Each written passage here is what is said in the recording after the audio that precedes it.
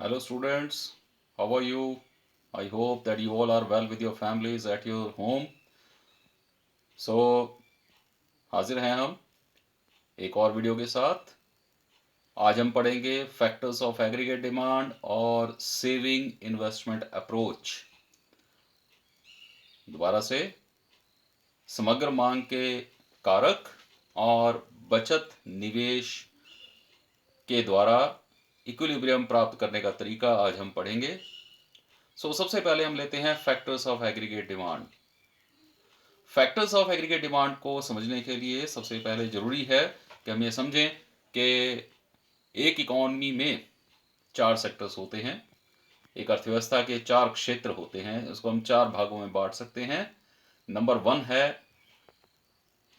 परिवार क्षेत्र, household sector. Household sector का मुख्य काम क्या है? Household sector do consumption expenditure, it's main work is to consume the goods and services. Household sector consumption expenditure करता है, उपभोग व्यय परिवार क्षेत्र करता है।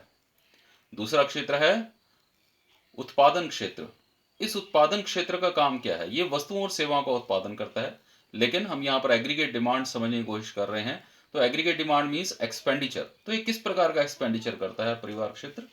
परिवार क्षेत्र करता है निवेश व्यय, investment expenditure. This sector it do investment expenditure to produce goods and services. It also includes both private and public sector. Production sector में दोनों उत्पादन करते हैं, निजी क्षेत्र भी उत्पादन करता है और सरकारी क्षेत्र भी उत्पादन करता है। सार्वजनिक क्षेत्र या सरकारी क्षेत्र कहें हम। तीसरा एक्सपेंडिचर या तीसरा क्षेत्र होता है, तीसरा एक्सपेंडिचर किया जाता है सरकार के द्वारा। सरकारी क्षेत्र, government sector, it also do expenditure. लेकिन ये याद रखिए, गवर्नमेंट सेक्टर केवल सर्विसेज के उत्पादन के लिए खर्च करता है।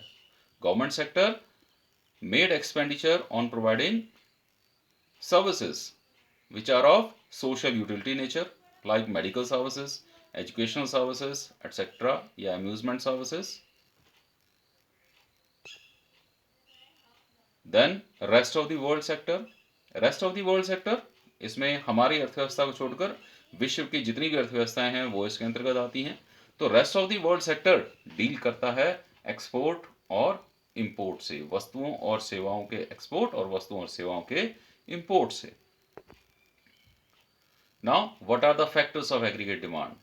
एग्रीगेट डिमांड के कौन कौन से कारक हैं?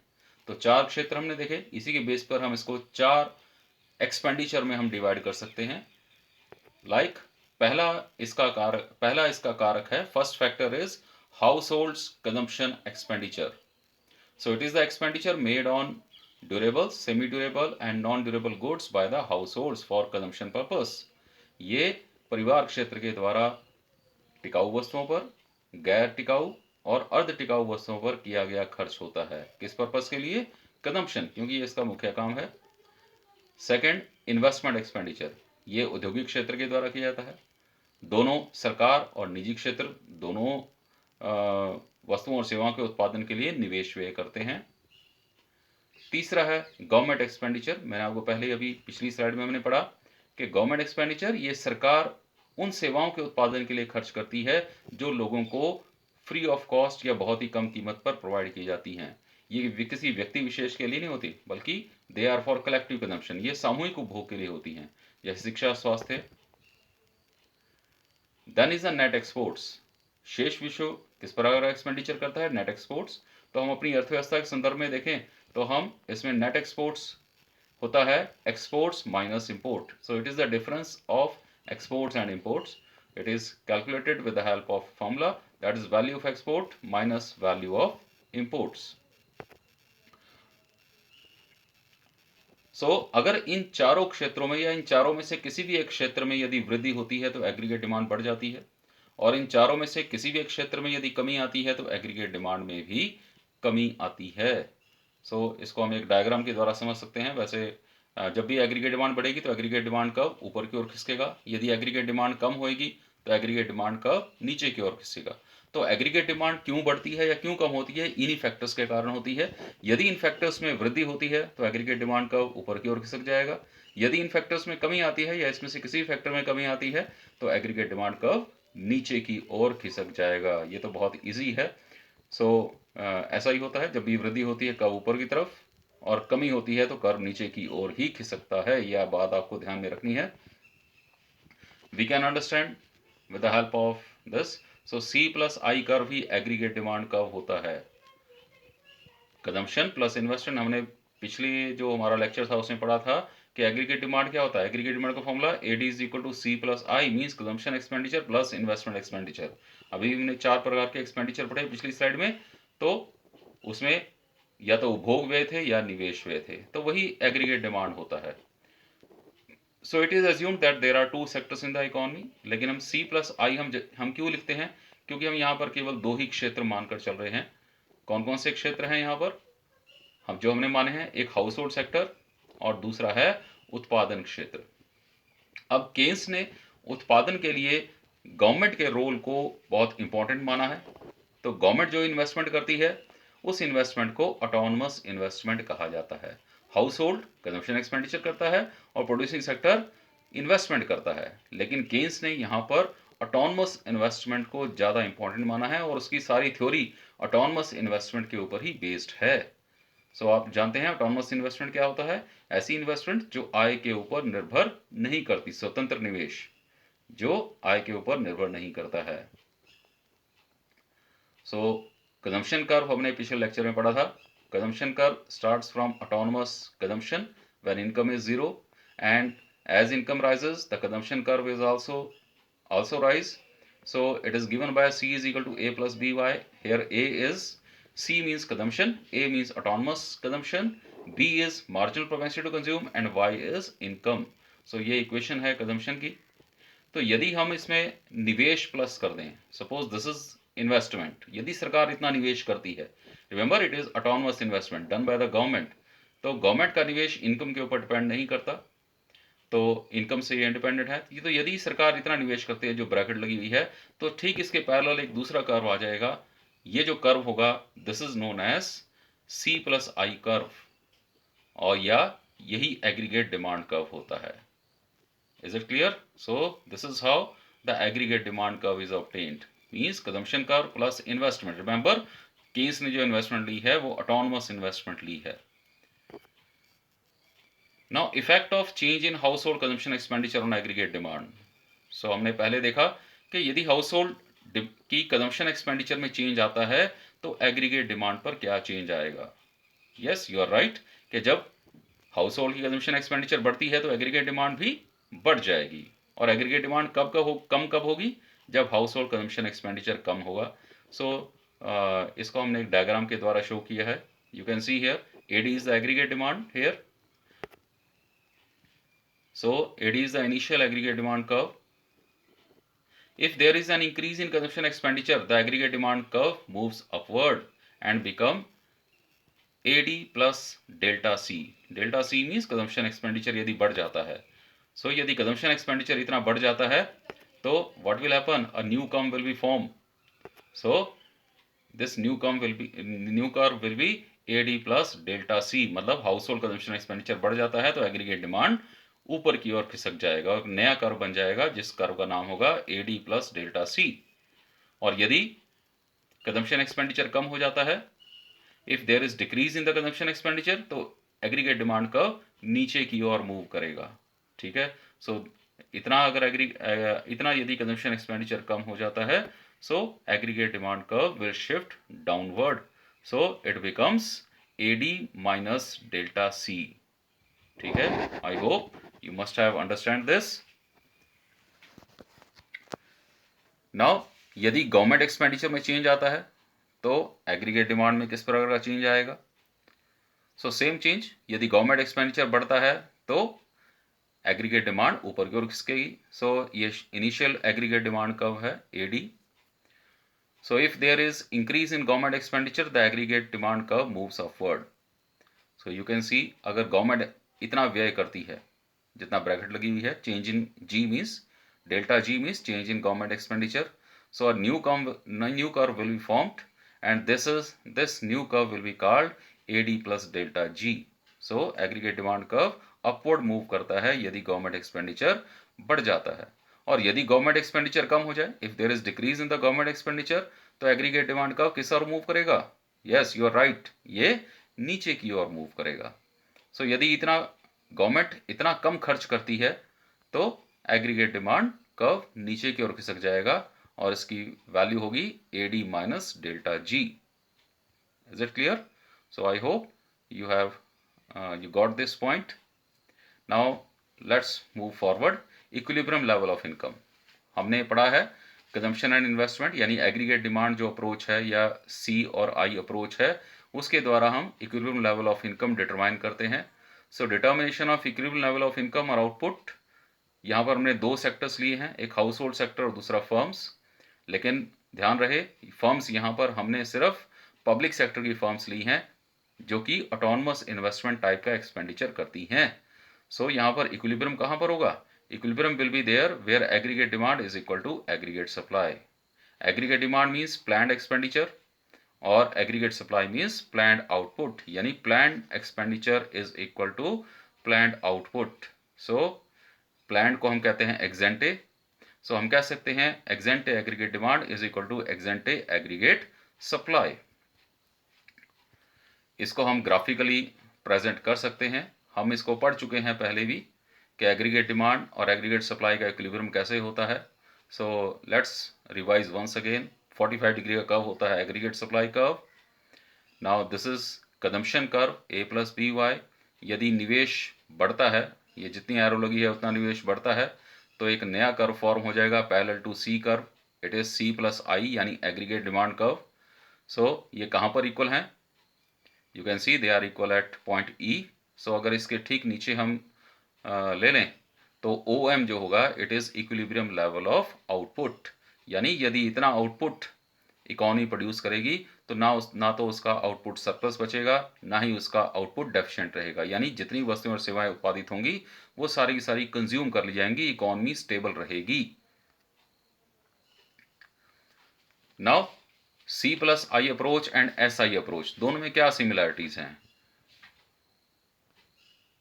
सो कंडीशंस ऑफ इक्विलिब्रियम क्या होती है? जहां पर एग्रीगेट डिमांड एग्रीगेट सप्लाई के बराबर होता है।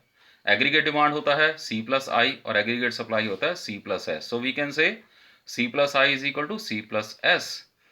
फिर यहां पर C क्या हो जाते हैं? नहीं, कैंसिल नहीं होते, C को खा जाता है। तो C को खा जाए तो what remains? It is investment is equal to saving. तो इन्वेस्टमेंट सेविंग के बराबर बचता है। तो इसका मतलब क्या हुआ कि जिस पॉइंट पर एग्रीगेट डिमांड एग्रीगेट सप्लाई के बराबर होते हैं वहीं पर सेविंग और इन्वेस्टमेंट भी बराबर होती हैं। तो लेट्स सी कि how saving and investment are equal. Saving investment approach. So determination of equilibrium level of income और output by saving investment approach. So we know equilibrium position of an economy with the help of planned aggregate demand is equal to planned aggregate supply। हमने ये पढ़ चुके हैं कि equilibrium कैसे determine होता है एग्रीगेट डिमांड और एग्रीगेट सप्लाई के जरिए। इसके अलावा हमने ये भी पढ़ा प्लान्ड सेविंग और प्लान्ड इन्वेस्टमेंट के बारे में। सिमिलरली हम सेविंग फंक्शन के बारे में जानते हैं कि सेविंग जो होती है वो इनकम के ऊपर डिपेंड होती है। जैसे जैसे इनकम बढ़ती है सेविंग भी बढ़ती है, लेकिन शुरू में जब इनकम कंजम्पशन से कम होती है, यानी कंजम्पशन इनकम से ज़्यादा होती है, उस टाइम पर सेविंग नेगेटिव होती हैं। इन्वेस्टमेंट फंक्शन हमने दो प्रकार के इन्वेस्टमेंट पढ़े, इंड्यूस्ड और ऑटोनमस इन्वेस्टमेंट। लेकिन हम यहाँ पर केन्स ने ऑटोनमस इन्वेस्टमेंट पर ज़्यादा जोर दिया है क्योंकि 1933 में जो ग्रेट डिप्रेशन का पीरियड आया 1933 में, at that time all the economic theories were failed and Keynes come up with his own theory. He told that government has to play an important role, a pivotal role in making the economy stabilize. So he stressed upon the autonomous investment। और उसकी जो theory है वो सारी की सारी autonomous investment के द्वारा ही समझाई गई है। सो यहाँ पर भी हम autonomous investment लेते हैं which is not affected by the income level of the economy, जो कि आय के लेवल से प्रभावित नहीं होती। जो निवेश होता है स्वतंत्र निवेश, आय का लेवल जो मर्जी हो इकोनॉमी में उस पर उसका कोई प्रभाव नहीं पड़ता। Now this we can understand with the help of a table. लेकिन टेबल समझने से पहले ये कुछ बातें समझ लीजिए। जो इनकम होती है वाई, ये एग्रीगेट सप्लाई के बराबर होती है, और C प्लस आई ये एग्रीगेट डिमांड के बराबर होती है। और जहाँ पर एग्रीगेट डिमांड एग्रीगेट सप्लाई के बराबर हो या सेविंग और इन्वेस्टमेंट बराबर हो, वहीं पर इक्विलिब्रियम होता है। तो जब आप ऊपर का टेबल पढ़ेंगे, ये जो टेबल स्टडी करेंगे, इसमें ये नीचे की 3 बातों का आप ध्यान रखेंगे। इफ़ यू सी वाई, हम कह सकते हैं पहला जो कॉलम है वाई, ये एग्रीगेट सप्लाई है, और कंजम्पशन का टेबल दिया हुआ है, उसके बाद सेविंग का टेबल दिया हुआ है। यदि इनकम में से कंजम्पशन माइनस करें तो सेविंग आ जाता है। You can C income 0, consumption 50, saving will be -50।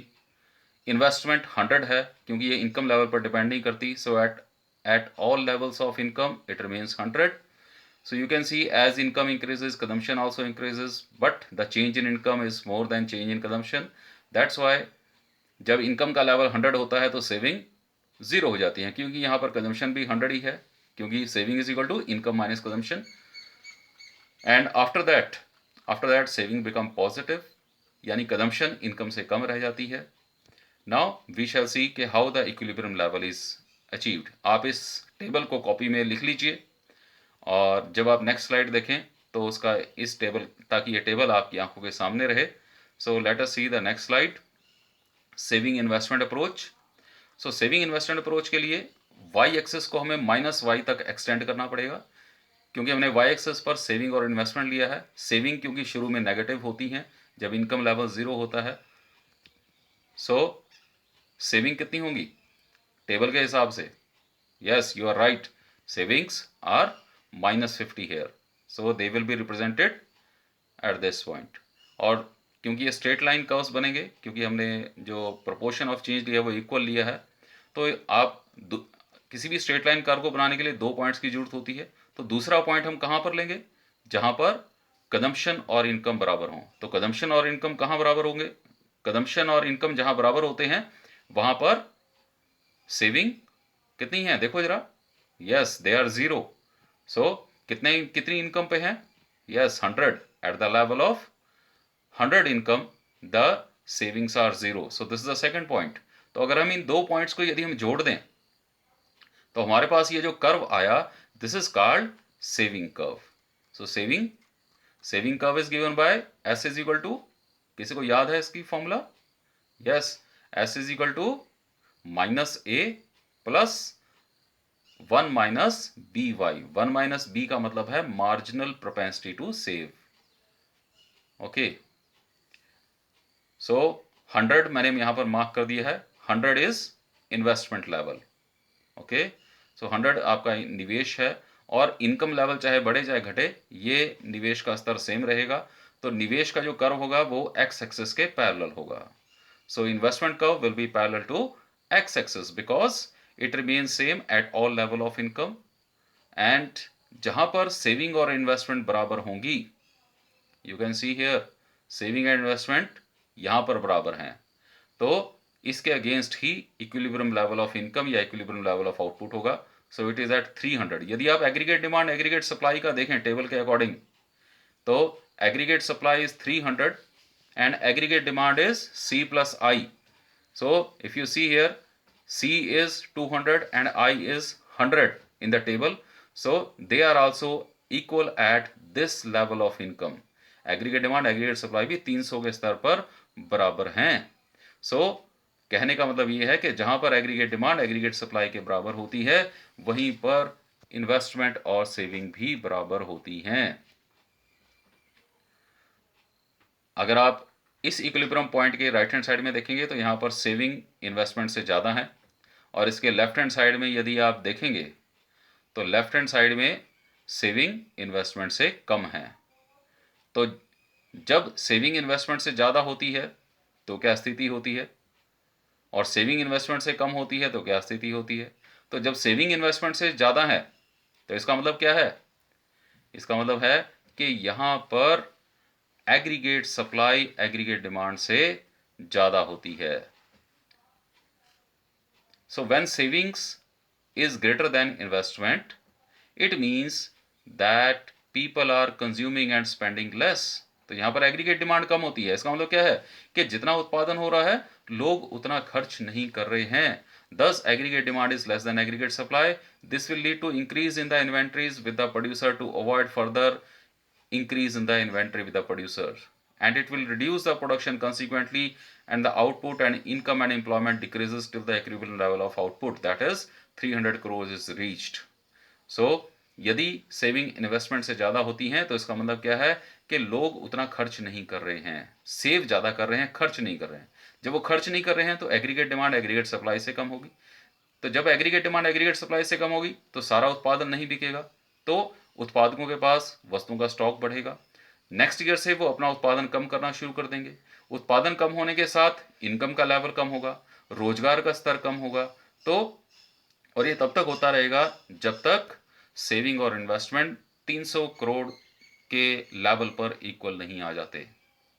अगर इसके अगेंस्ट हम लें कि यदि लेफ्ट हैंड साइड की बात, इक्विलिब्रियम पॉइंट से लेफ्ट हैंड साइड की बात, कि जब सेविंग्स इन्वेस्टमेंट से कम है तो ऐसे लेवल पर क्या होगा, इसका मतलब क्या है कि people are spending more, people, लोग ज्यादा खर्च कर रहे हैं। देश में उत्पादन नहीं है लेकिन जो लोग ज्यादा खर्च करने के लिए तैयार हैं। तो जब जो लोग ज्यादा खर्च करने के लिए तैयार हैं, मार्केट में प्रोडक्शन उतनी नहीं है, तो इसका मतलब क्या है, इसका मतलब यह है कि aggregate demand is more than aggregate supply. तो इसके कारण क्या होगा, जो उत्पादकों के पास स्टॉक है वो उसको बेचेंगे। So this will lead to decrease in the inventories, to avoid the further decrease in inventories producer will try to increase the production consequently. So उत्पादक, क्योंकि एग्रीगेट डिमांड ज़्यादा है एग्रीगेट सप्लाई से, उत्पादक अपना उत्पादन बढ़ाने की सोचेंगे। उत्पादन बढ़ाने की सोचने के लिए उन्हें ज़्यादा निवेश करना पड़ेगा। जब निवेश ज़्यादा करेंगे उत्पादन ज़्यादा होगा, रोजगार के नए अवसर क्रिएट होंगे, इनकम बढ़ेगी, इनकम बढ़ने के साथ सेविंग भी बढ़ेंगी, और ये तब तक चलता रहेगा जब तक ये दोनों सेविंग इन्वेस्टमेंट के बराबर नहीं आ जाती, यानी 300 करोड़ इनकम लेवल के ऊपर, जहाँ जब तक सेविंग इन्वेस्टमेंट के बराबर नहीं आ जाती, according to the diagram or the table. So this way we have seen the planned savings are equal to planned investment. Remember यहाँ पर जो सेविंग और इन्वेस्टमेंट की हम बात कर रहे हैं, ये एक्जेंटे सेविंग और एक्जेंटे इन्वेस्टमेंट की बात हो रही है, क्योंकि प्लानर्स अलग हैं और इन्वेस्टर्स अलग, सेवर्स अलग हैं, सेविंग करने वाले अलग हैं, और इन्वेस्टर्स अलग हैं। तो दोनों डिफरेंट लेवल ऑफ इनकम पर डिफरेंट लेवल की सेविंग या डिफरेंट लेवल की इन्वेस्टमेंट करने की सोचते हैं। Only at the equilibrium level of income and output, the savings and investment are equal. Hence, aggregate demand is equal to aggregate supply. So हमने ये देखा टेबल में कि 300 करोड़ लेवल पर एग्रीगेट डिमांड एग्रीगेट सप्लाई के इक्वल है, और investment और सेविंग भी दोनों बराबर हैं। So this way we have seen कि how the equilibrium level can be achieved with the saving and investment approach. So thank you very much. Have a nice day.